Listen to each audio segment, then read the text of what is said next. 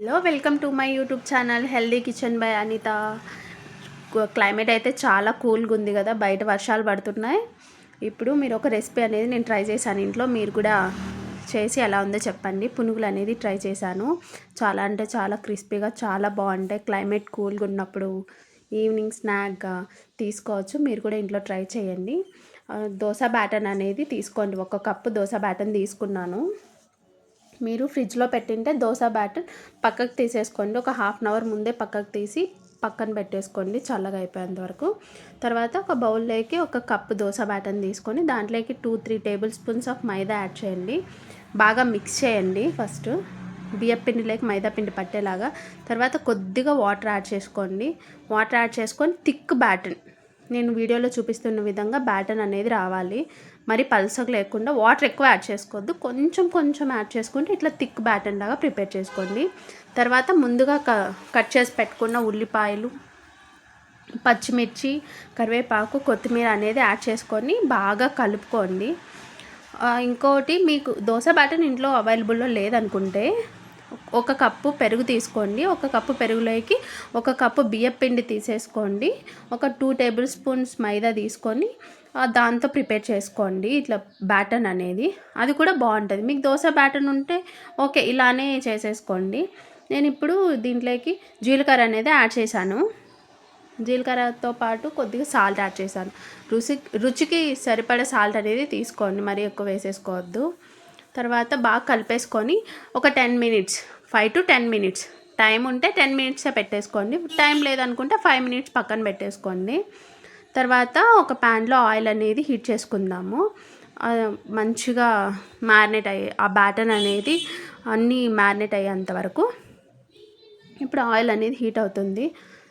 దోసపిండి లేని వాళ్ళు మాత్రమే అట్లా చేసుకోండి. దోసపిండి ఉంటే ఓకే, దోసపిండితోనే చేసుకోండి. ఇప్పుడు మనకి ఆ పిండికి అనేది కారం అంతా మంచిగా సోక్ అయ్యి మ్యారినేట్ అవుతుంది అన్నమాట బ్యాటర్ను. ఇప్పుడు ఆయిల్ అనేది బాగా హీట్ అయింది. నాకైతే ఒక 5 మినిట్స్ పెట్టుకున్నాను. ఒక మీడియం ఫ్లేమ్లోనే, ఇంక నెక్స్ట్ అంతా మీడియం ఫ్లేమ్లోనే చేసుకోండి. ఇప్పుడు కొంచెం బ్యాటర్లోకి ఒక పించ్ అంటే కొద్దిగా వంట సోడా అనేది యాడ్ చేసుకున్నాను. మరి ఎక్కువ తీసుకోకుండా కొంచెం వంట సోడా యాడ్ చేసుకోండి. మంచిగా కలుపుకోండి, బాగా బీట్ చేసుకోండి. లోపల ఎక్కడ ఉండలు లేకుండా చాలా క్రిస్పీగా చాలా బాగుంటాయి పునుగులు. మీరు కూడా ట్రై చేయండి. ముందే క్లైమేట్ చాలా కూల్గా ఉంది బయట, లోపల వేడివేడిగా పునుగులు తింటుంటే చాలా అంటే చాలా బాగుంటుంది. ఎవరికైనా తినాలనిపిస్తుంది. నాకు తెలిసి పునుగులు ఇష్టపడని వాళ్ళు ఎవరు ఉండరు. తర్వాత చూస్తున్నారు కదా పునుగులు, నాకైతే హీట్ అయింది మంచిగా ఆయిల్. సో నేను కొంచెం కొంచెం పిండి తీసుకొని తడి చేయితో తీసుకోండి, అప్పుడు మీకు స్టిక్ అవ్వదు చేతికి ఎక్కువ. కొంచెం కొంచెం వేసుకోండి, ఇట్లా బాల్స్ లాగా వేసుకోండి ఆయిల్లో. ఒక 2 మినిట్స్, 1 or 2 మినిట్స్ అట్లనే వదలండి. ఎందుకంటే కొంచెం పునుగులు అనేది ఫ్రై అవుతాయి. ఆ తర్వాత టర్న్ చేసుకోండి. వెంటనే మీరు తిప్పేశారనుకో, పిండి అనేది పచ్చిగా ఉండిందనుకో స్టిక్ అవుతుంది. గరిటికి స్టిక్ అవుతుంది, ప్యాన్కి స్టిక్ అవుతుంది. ఒక 2 మినిట్స్ అట్లానే వదిలేసామనుకో అది ఫ్రై అవుతుంది, మనకి ఈజీగా వచ్చేస్తుంది. ఇక్కడ వీడియోలో చూపిస్తున్నట్టు కొంచెం కలర్ చేంజ్ అవుతున్నాయి. నేనైతే ఇప్పుడు గరిటె తీసుకొని మంచిగా టర్న్ చేస్తున్నాను. ఇంకోటి, పునుగులు మనం కారంలోకి చట్నీలోకి తినొచ్చు. పల్లీ చట్నీ అంటే శనగింజల చట్నీ అంటాం, అది టమాటో కారంలోకి తీసుకుంటే చాలా అంటే చాలా టేస్టీగా ఉంటాయి. ఒకటి తినే వాళ్ళు 10 తింటారనమాట, అంత బాగుంటాయి పునుగులు. ఇప్పుడు నాకైతే ఆల్మోస్ట్ ఫ్రై అయిపోవచ్చున్నాయి పునుగులు. చూడండి, ఇట్లా గోల్డెన్ బ్రౌన్ కలర్లో రావాలి.